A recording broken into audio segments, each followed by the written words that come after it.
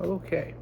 So I just put out a song, well, about 2 weeks ago, I think, called Scared of the Dark, and I wanted to talk a little bit about the lyrical meaning of it. So I wrote the instrumental first, and I got this plugin called Soft Drums or something like that. Um, to go with this guitar sample from another song of mine that I haven't even put lyrics to it. It's just like a big old fully arranged beat just waiting for me to put something to. But anyway, I like the guitar. There's this one little snippet of guitars that I like, so I took that and I sampled it, and then I used that for the basis of Scared of the Dark. So that first guitar you hear is just like highly affected version of a sample from an instrumental of another song that I haven't even released yet. Um, and then I got, well, let's see, I used a Wurlitzer, whatever, Sideman, I think it's called. It's one of the first commercial drum machines ever. I used one of those, and I got sort of like a rough beat, and then I put the soft drums to it because I just like the way they sound. They fit, like, I just had a very soft sort of fitting thing, and then I added the bass, and actually the bass came last probably, but then I used this plugin called Transit to create the different effects with the reverb rising and fading, and so I basically just made the instrumental kind of like breathing, right, with the different effects of the soft drums and I just wanted it to sound really organic and natural, almost like a being of its own, right? So I made the whole instrumental, and I was like, okay, yeah. And then when I was singing to it, it kind of turned into this thing where I was like, at first I had a completely different chorus, and at some point, and then as I was doing harmonies for it, I was like, scared of the dark, and then the harmony became that. So then I was like, well, why don't I just make that the whole chorus? And then I did. So I redid the main vocals, so then it's what you hear in the actual song. Yes, I'm scared of the dark. I think originally it was I'm not scared of the dark, and then I was like, yeah, maybe I am. So yeah, the chorus came first, I believe, and then I went back and I did the verses, which is pretty typical for me right now. I don't know, it's the easiest to do it like that. And I just sort of ad-libbed and blah blah blah, and then I eventually I wanted it to paint a very broad picture of like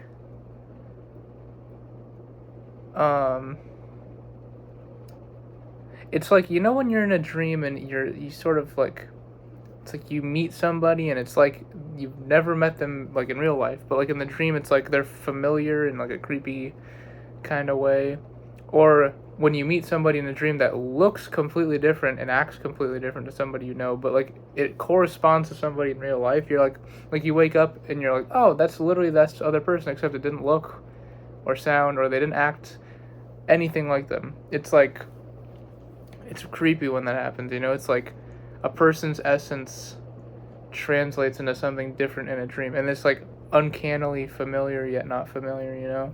Or they're just completely unfamiliar and you make them up. So all of these things, it's like you're either trying to take the person from the dream world into the real world or vice versa.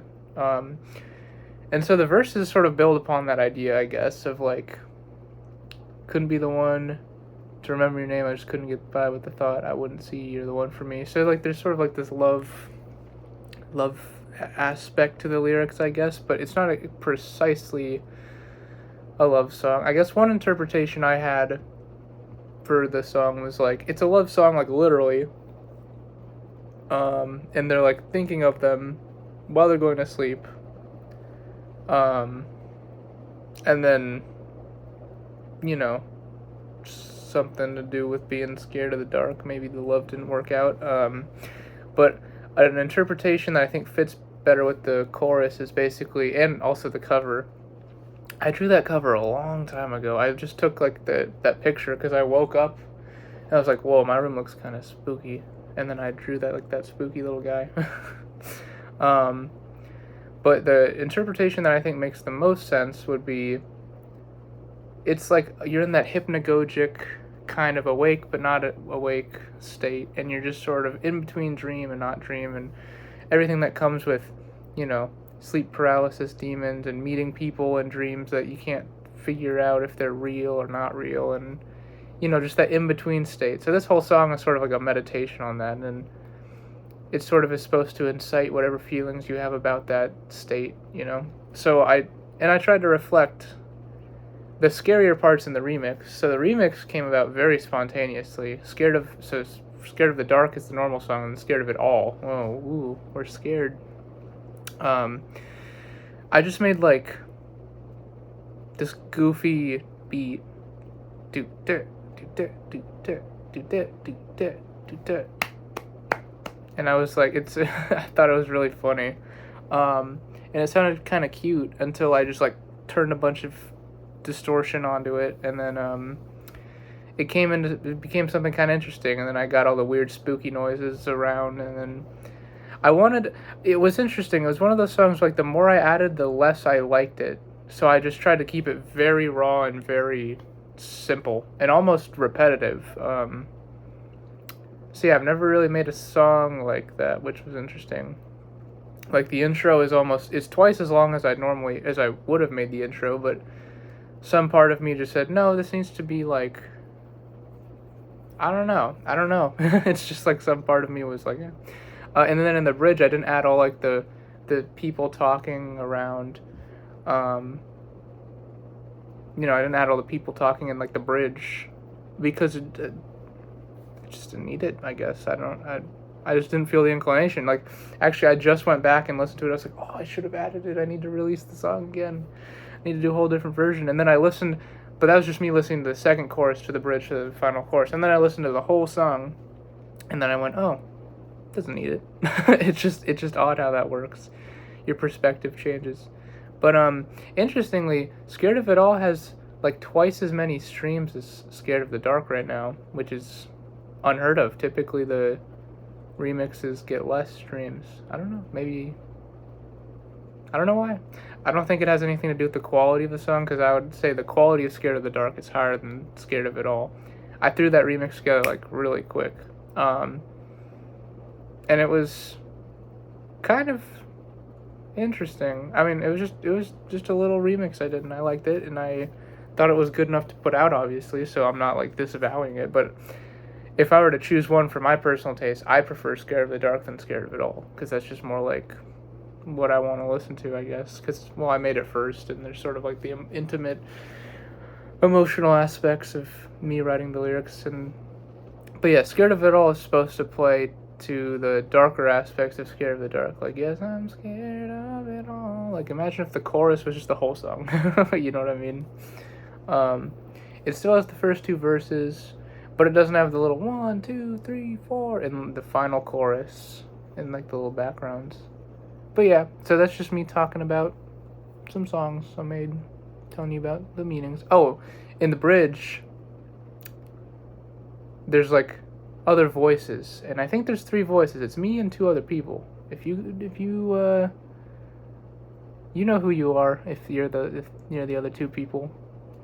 They're very dear friends of mine. So yeah. Just thought I'd throw that out there. It's 3 people, I believe, and the bridge, and then a weird guitar solo, yeah. But yeah, anyway, goodbye. I always wanted to make my outros like inspirational, like, and I'll see you guys next time, you know, like, that's not inspirational, but you know what I mean, like, I have like a stock outro, an intro. I remember when YouTubers used to do that. They don't do that anymore, but yeah. I'll come up with something one of these days. In the meantime, have a good day, and do something creative. Do something. Live as if today was your last. You know, that's pretty stock advice, but like, no, seriously, do it. Like, I woke up this morning and I was like, you know, I'm gonna work on the logistics aspect of music. I'm gonna make a video like this, and I'm gonna get the next few songs I'm gonna release slated.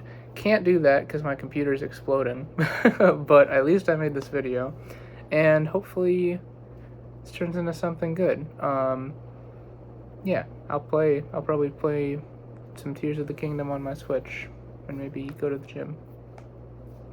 Who's to say what's gonna happen? Unless I get my computer fixed, then I'll do what I thought I would. But if you can't just do the best you can, I guess is what I'm trying to say. I didn't expect my computer to explode today, but I'll just make the most of it. It could be frustrating, but there's always like a hierarchy of things you can do throughout a day, and if you can't do the top one, don't be so attached to that one. You can find other things that are perhaps even more meaningful and more enriching than the top one you thought. It's like when you're on a plane and you have like a limited selection of movies. Maybe that makes the movies you can choose more meaningful, because it's like, if you have too many options for movies, it's like, well, I gotta watch the best possible movie.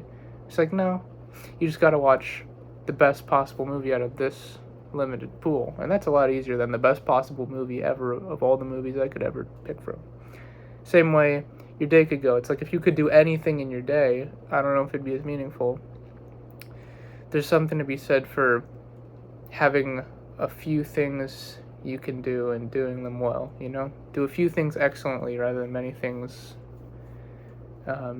with mediocrity. Anyway, peace.